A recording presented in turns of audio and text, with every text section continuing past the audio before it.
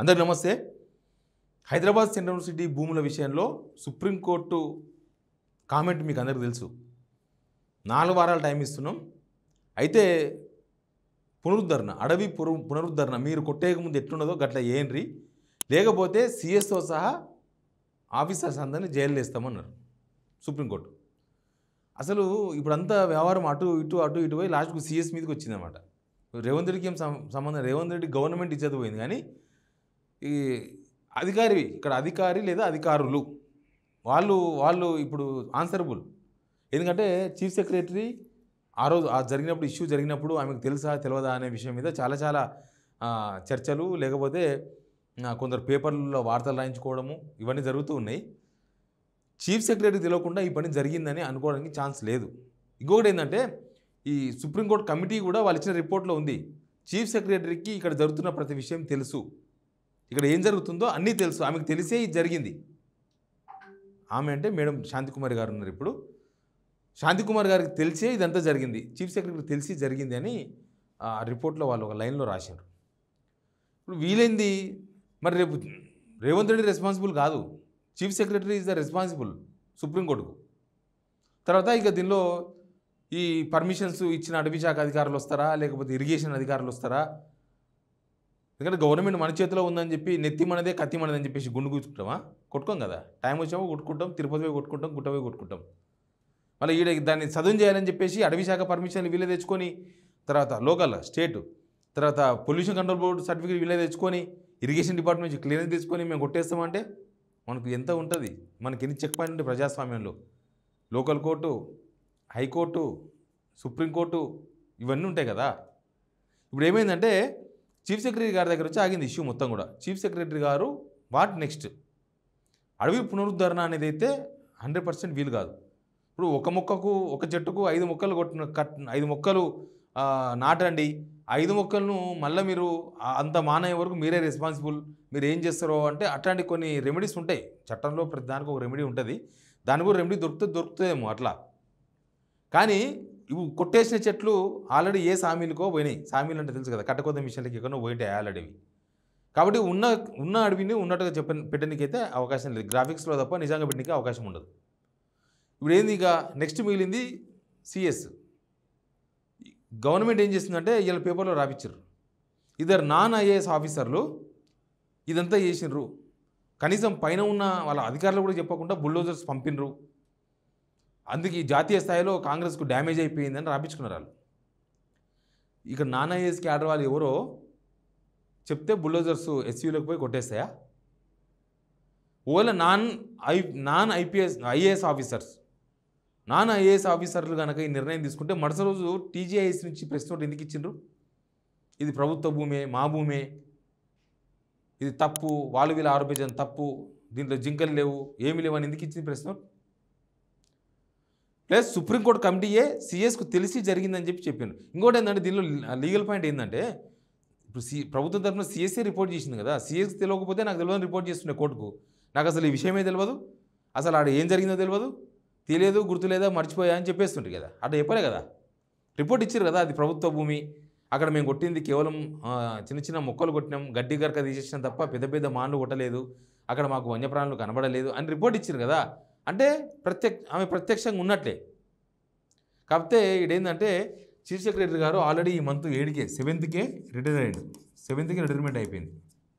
కాకపోతే ఈ చీఫ్ సెక్రటరీస్కి ఏముంటుందంటే వీళ్ళు ఉన్నతాధికారులు కదా, ఆ మంత్ మొత్తం ఉండొచ్చు, అంతలోపు గవర్నమెంట్ మొత్తం సెటరేట్ చేసుకుంటారు, వేరే వాళ్ళను ప్రాసెస్ అంతా చేసుకుంటారు అన్నమాట.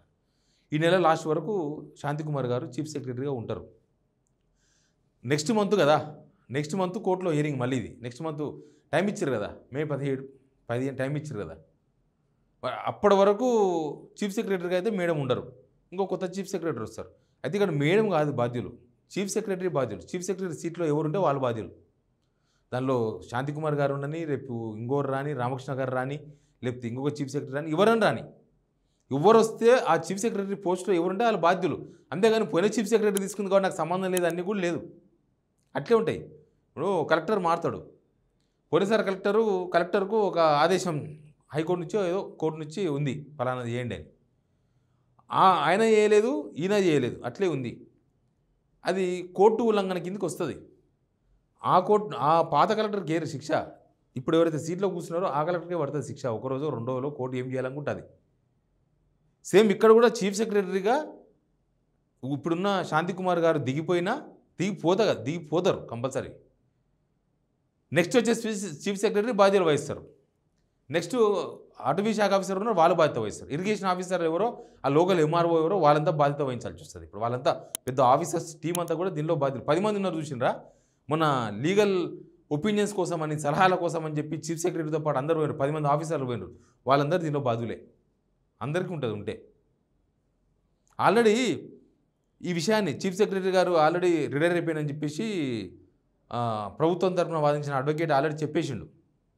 సింఘ్వి చెప్పేసిండు, కోర్టుకు చెప్పేసిండు, ఆమె ఆల్రెడీ రిటైర్మెంట్ అయిపోయినాను.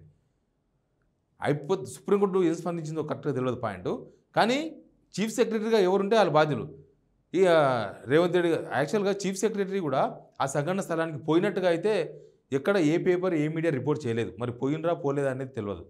ఎక్కడ ఫోటోగ్రాఫ్ లేదు, ఒక వార్త చిన్న ఫోటో లేదు, ఎక్కడ కూడా ఆ స్పాట్కి పోయి చూసి వచ్చి ఈ రిపోర్ట్ తయారు చేసినట్టుగా ఎక్కడ లేదు.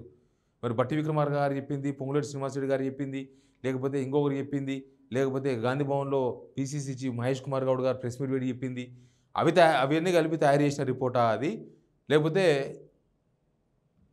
ఆ జాగా మీదకి పోయి ఆ జాగాలో చూస్తే బహుశా సుప్రీంకోర్టు టీం మెంబర్స్కు ఎట్లా అనిపించిందో, అక్కడ గ్రీనరీ, ఇక్కడనేమో చదునైన భూమి కనిపించిందో, బహుశా మేడం కూడా అట్లా కనిపించేది. పోతే వాళ్ళు పొయ్యి ఉంటే కనిపించాలి ఖచ్చితంగా, పొయ్యి ఉంటే. ఎందుకంటే ఎక్కడ పోయినట్టు తెలియదు ఇన్ఫర్మేషన్. వాళ్ళు పొయ్యి ఉంటే ఖచ్చితంగా డిఫరెన్స్ కనిపిస్తుంది. ఇక్కడ చదునైన భూమి కనిపిస్తుంది, అక్కడ అడవి కనిపిస్తుంది. ఇక భయానికి ఇప్పుడు అన్నీ ఆ జీవాలని ఎక్కడెక్కడ నక్కినాయో, ఈ జింకలో నెమ్మల్లో అవి ఎక్కడెక్కడ నక్కినాయో. ఇంతకుముందేమో ఆ ఫారెస్ట్ కాబట్టి అవి ఫ్రీగా తిరిగినాయి. ఇక మొన్న దెబ్బకు కొన్ని బయటికి కూడా పారిపోయినాయి. చూసినారు కదా, 4 జింకలు చచ్చిపోయినాయి కుక్కలు ఎంబడబడి, అట్లా ఇట్లా. సుప్రీంకోర్టే చెప్పింది. ఆ విజువల్స్ అనేది చూస్తే, ఆ వీడియోలు చూస్తే మాకే బాధ కలిగిందని సుప్రీంకోర్టు మాట్లాడింది. ఎన్నైనా చెప్పండి, వీళ్ళు ఎన్ని చెప్పినా సుప్రీంకోర్టు ఒకటే అన్నది, మీరు ఎన్ని సమర్థింపులు చేసుకున్నా మీరు ప్రకృతిని విధ్వంసం చేసిండ్రు. ఇక ఇప్పుడు ఆ చెరువుల కాడ జైలు కడతారా, ఆ జైల్లో ఆఫీసర్ని వేస్తారా అంటే అది మనకు సంబంధం లేని ఇష్యూ. సుప్రీంకోర్టు చూసుకుంటుంది. సుప్రీంకోర్టు హియరింగ్స్ అవన్నీ అయిపోయిన తర్వాత సుప్రీంకోర్టు చెప్తుంది ఏమైంది, అసలు నిజంగానే జైలు వెళ్ళాల్సిన అవసరం ఉంటుందా, లేకపోతే దీనికి ఏమన్నా ఒక మొక్క ఒక 5 మొక్కలు ఎక్కడో దగ్గర అక్కడనే నాటండాను, వాటిని సంరక్షణ ఆల్రెడీ చూసినరా. మూగజీవాల సంరక్షణ కోసం ఏం చేస్తారని చెప్పండి. ఇంకొక పాయింట్ ఉంది, ఇంపార్టెంట్ పాయింట్. వీళ్ళ ఫెయిల్యూర్ అది. ఈ సుప్రీంకోర్టు స్టే ఇచ్చిన తర్వాత కొన్ని పేపర్లో వార్త రాపించారు, అందరికీ ఐడియా ఉండొచ్చు. ఆడ ఒక పార్కు చేస్తాం, దాన్ని మొత్తం హైదరాబాద్ యూనివర్సిటీ అక్కడి నుంచి తరలిస్తాం, 4th సిటీకి తీసుకుపోతాం, ఆడ ఒక పార్కు తయారు చేస్తాం ఇంకా అని. అదేంటంటే మనం ఎప్పుడైనా కొట్లాడినప్పుడు చూసినామా, మనం ఏం చేయం అవతలని, కానీ కొట్లాడినప్పుడు చెప్తా నీ కథ అంటాం చూడు. అంటే అది మనసు పట్టలేక మనం ఏదో ఇంకా మన ఆక్రోషం తట్టుకోలేక మాట్లాడతాం అనమాట. కానీ గవర్నమెంట్లో ఉన్నోళ్ళు కూడా అంతే ఆక్రోషంతో అసలు ఇష్యూ తరలిచ్చేస్తాం అక్కడ నుంచి, అది మొత్తం ఒక పార్క్ చేస్తాం, సింగపూరు, అమెరికా, న్యూయార్కు అదే అని చెప్పేసి 1,00,000 పేపర్లో రాపించుకున్నారు. మరి ఆ విషయాన్ని చెప్పొచ్చు కదా, అదే విషయాన్ని సుప్రీంకోర్టులో చెప్పొచ్చు కదా. వీళ్ళు ఇచ్చారు కదా సుప్రీంకోర్టుకు, లేదు అదంతా. సుప్రీంకోర్టులో దాన్ని 10,000 రూపాయలు కుదబెట్టింది లేదు. దానిలో వీళ్ళు ఎన్ని జేసీబీ మిషన్లు పెట్టిన అడిగినట్టు, వాళ్ళు ఎన్ని బుల్డోజర్స్ పెట్టిన అంటే నో ఆన్సర్. అసలు 3 రోజుల్లో 100 ఎకరాల చెట్లు కొట్టడం అంటే సమంజసం కాదు, ఎట్లా సాధ్యమైంది అని అడిగిందంట supreme court. No answer. Abhishek Manu Singhvi ఉన్నారు కదా అడ్వకేటు, నో ఆన్సర్. ఇప్పటికున్నాయా బుల్డోజర్స్ అని అడిగిందంట, నో ఆన్సర్. ఇట్లా మొత్తం కూడా ఈ ప్రభుత్వం తీసుకున్న నిర్ణయాలు ఆఫీసర్ మెడకు చుట్టుకున్నాయి. ఏ ఆఫీసర్స్ ఆఫీసర్, రేపు చీఫ్ సెక్రటరీకి ఎవరుంటే వాళ్ళ మెడకు చుట్టుకుంటుంది. సుప్రీంకోర్టు తీసుకున్న నిర్ణయాలన్నీ కూడా చీఫ్ సెక్రటరీ అమలు చేయాల్సి వస్తుంది. ఒకవేళ చీఫ్ సెక్రటరీకి నేను జైలు శిక్ష చేయాలనుకుంటున్నా అంటే కొంపతీసి ఒక చిన్న తాత్కాలిక జైలు కట్టారు, దాన్ని వేస్తామని ఒకరు సుప్రీంకోర్టు నిర్ణయం తీసుకుంటే తప్పదు. అది కూడా ఆఫీసర్లు అందరూ పోయి ఆనే ఉండాలంటే ఉండక తప్పదు.